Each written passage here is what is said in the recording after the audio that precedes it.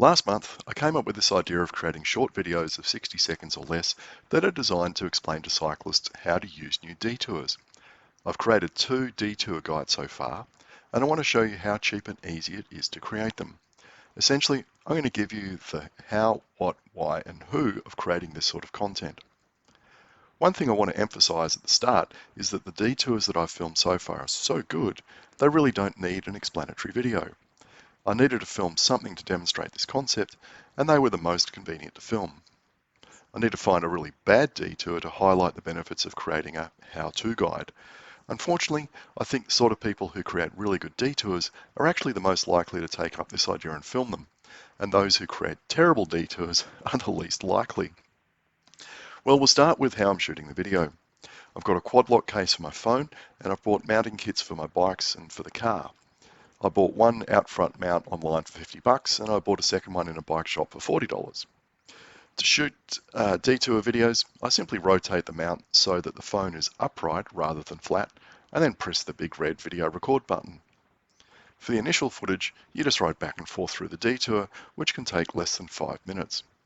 I always ride with cyclic cameras front and rear for safety reasons, but I've found that the phone captures better quality video. A GoPro type action camera is another option. Now I've also got a Canon digital camera, but I forgot to pack it this time, and I also haven't figured out how to mount it to the handlebars yet. I don't script these videos before shooting. I shoot the footage and then write a script afterwards that describes what the footage is showing. Professionals who have been to film school or whatever might be able to write a script first, but I'm definitely not a professional. When I filmed the second detour, I had to go back and shoot more footage the day after. When I was doing the editing at home, I noticed that the camera hadn't picked up some key sections of the detour, so I went back again and just filmed some more video.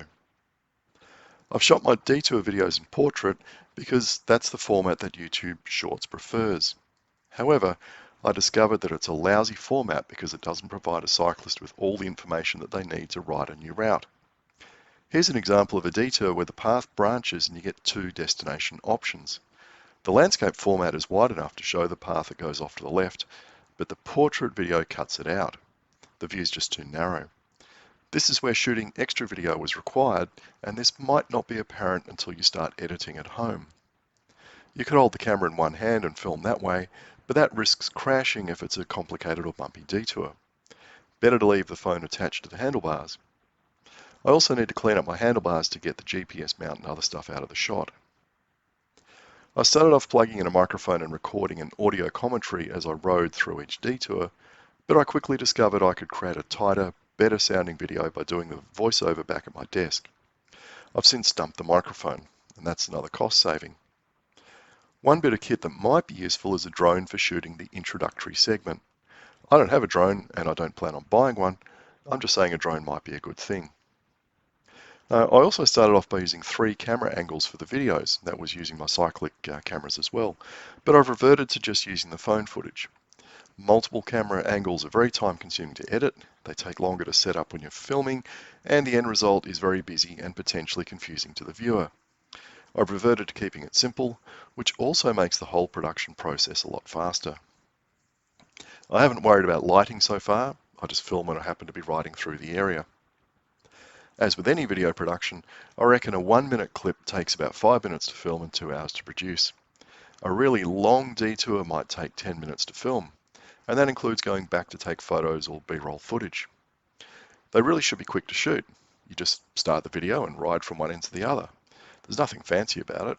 If you see anything that needs emphasizing, you can do a U-turn at the end, ride back through and photograph or film anything that you think might be useful to the viewer. That might then be used to highlight things like options where the path branches. Do you go this way or that? The last thing is a big question. Who should be creating these videos? I don't think it's my job. If the detour is around a big state government project costing hundreds of millions or billions of dollars, the project might be owned by the Department of Transport, managed by the Roads and Traffic Authority or the Main Roads Department, and then contracted out to a large construction company. And they then subcontract out the traffic management work. Who is best placed to shoot and release a detour video for this sort of project? Are we better off if these videos are created by people with a cycling background, such as the state-based cycling organisations, or a member of the local bicycle user group? Do you want the video to be created by someone associated with the project at some level, or created by someone who is independent of the project? You can argue about it in the comments. Regardless of the size of the project, the traffic management plan needs to be approved by the local council. Councils also have their own annual program of roadworks that can create detours. Do we really want the local roads manager, who's responsible for the design of the work and overseeing the traffic controllers, essentially checking their own work? A large council like the City of Sydney will employ staff who purely focus on active transport, and this would be a good fit for them. But smaller councils don't have anyone doing these roles.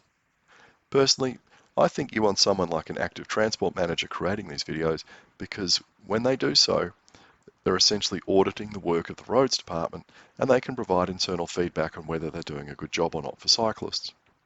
Anyway, that's all I've got. In summary, it doesn't take much to create these videos, just a phone, a handlebar mount, and some video editing software. It doesn't take that long either once you've gotten over the hurdle of creating your first one. At the very least, they give cyclists a heads up that a detour is now in place on a route they want to take. At worst, they explain how to get through a badly signposted and confusing detour. Let me know what you think in the comments.